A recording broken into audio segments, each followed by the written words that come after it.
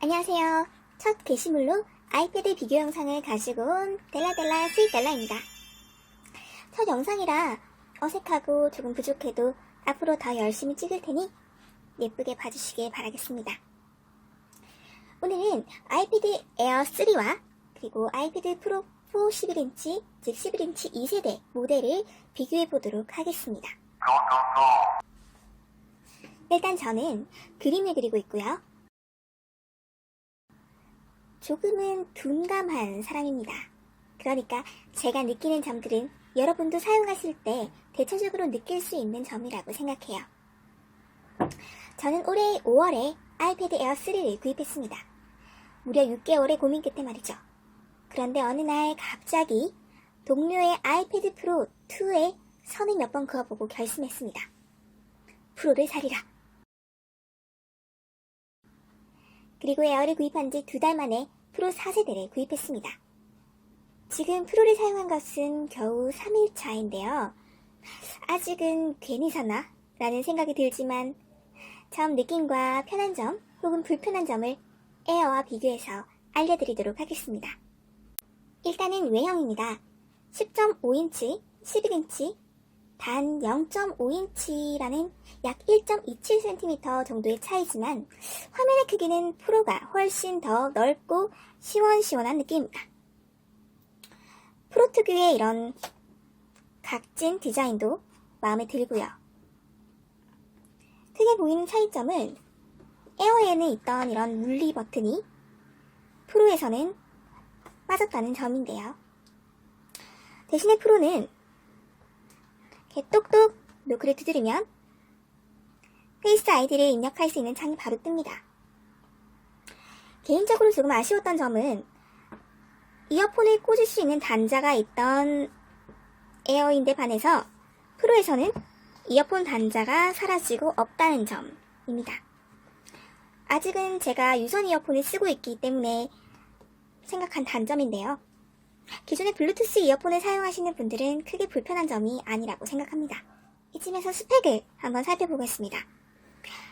공식 홈페이지에 나와 있는 스펙이고요. 아이패드 에어와 프로 가격에서 차이가 굉장히 많이 나는 걸로 보이죠. 하지만 에어와 프로는 저장 용량도 다르기 때문에 그것도 이제 가격에 많은 영향을 준 것으로 생각을 해요. 일단 에어 같은 경우에는 10.5인치 레티나 디스플레이, 프로, 저 같은 경우에는 11인치 리퀴드 레티나 디스플레이를 사용하고 있는데 일반 레티나 디스플레이보다 리퀴드 레티나 디스플레이가 조금 더 해상도가 좋다고 알고 있어요. 그리고 카메라 부분에서도 에어 같은 경우에는 일반 카메라라고 생각하시면 되고 프로 카메라 같은 경우에는 조금 더 선명한 그런 카메라라고 생각을 해요. 그리고 저희가 체감할 수 있는 차이는 터치 아이디 그리고 페이스 아이디라는 부분인데요. 에어 같은 경우에는 물리키가 있어서 여기에 지문 인식을 하면 화면이 열리는 반면에 프로 같은 경우에는 얼굴을 대어야지 얼굴을 인식하고 화면이 열리게 되는데 안 될 경우에 비밀번호를 사용하면 되긴 하지만 확실히 에어보다는 사용하기가 조금은 번거롭다는 생각이 들었습니다. 그리고 에어는 1세대 애플 펜슬을 지원하고요. 프로 같은 경우에는 2세대 애플 펜슬을 지원하는데 많은 분들이 아시다시피 애플 펜슬 1세대는 직접 뚜껑을 열어서 패드에 꽂아서 충전을 하는 방식입니다. 이게 좀 많이 불편하다, 보기 싫다 하시는 분도 계신데 저는 개인적으로 크게 불편함을 느끼지는 않았어요. 충전 시간이 그렇게 길지는 않다고 생각을 했었거든요. 그래서 가격을 생각한다면 이런 충전 방식도 나쁘지 않다라는 생각을 했고 대신에 두 번째 애플 펜슬 같은 경우에는 패드에 이렇게 부착을 해서 바로 충전을 하면 되기 때문에 훨씬 더 편리하긴 합니다. 그리고 훨씬 더 멋있기도 하고요. 하지만 가격을 생각하면 에어와 애플 펜슬 1세대의 조합도 크게 나쁘진 않다라는 생각이 들어요. 일단 같은 사진인데도 프로 같은 경우에는 화면이 굉장히 시원시원하고 에어는 조금 갑갑한 느낌이 들죠.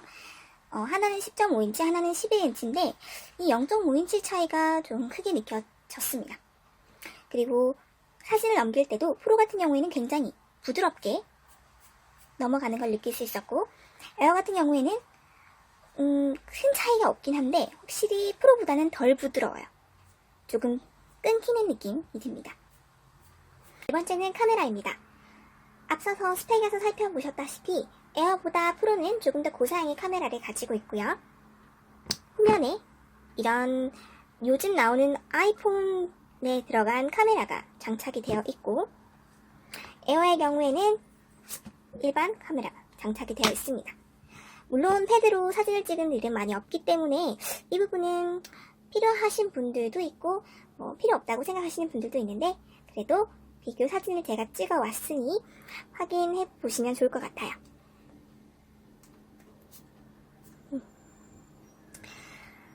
자, 왼쪽이 에어로 찍은 사진, 오른쪽이 프로로 찍은 사진입니다.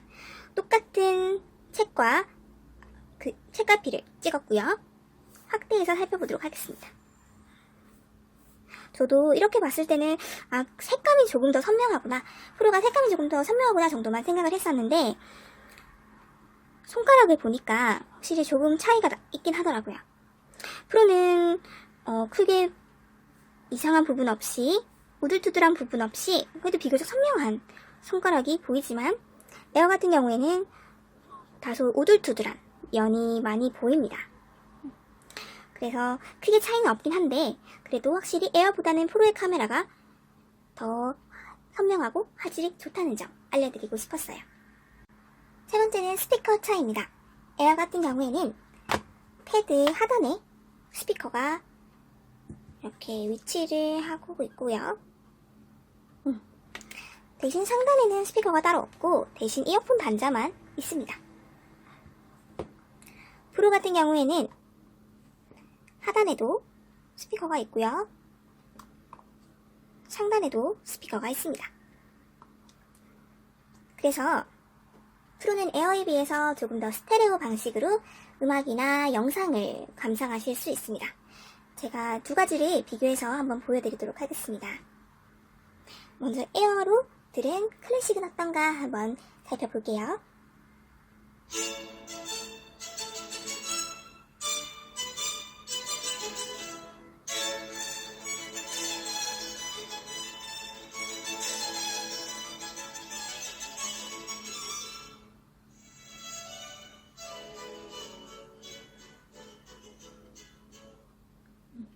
그 다음엔 프로로 듣는 모차르트는 대체 어떨까?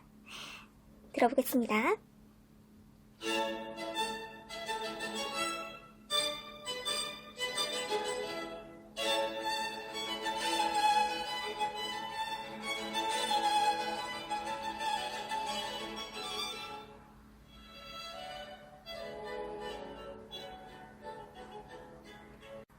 들으셨다시피 에어의 모차르트보다 프로의 모차르트가 조금 더 풍성한 느낌이 드시는 걸 알 수 있을 거예요.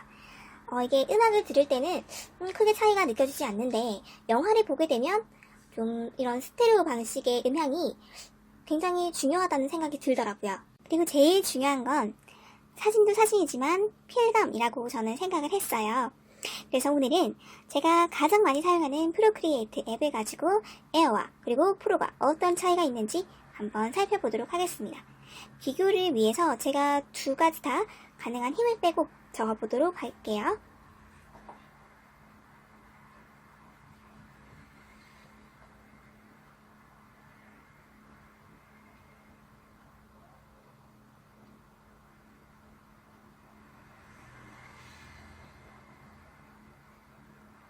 그리고 프로입니다.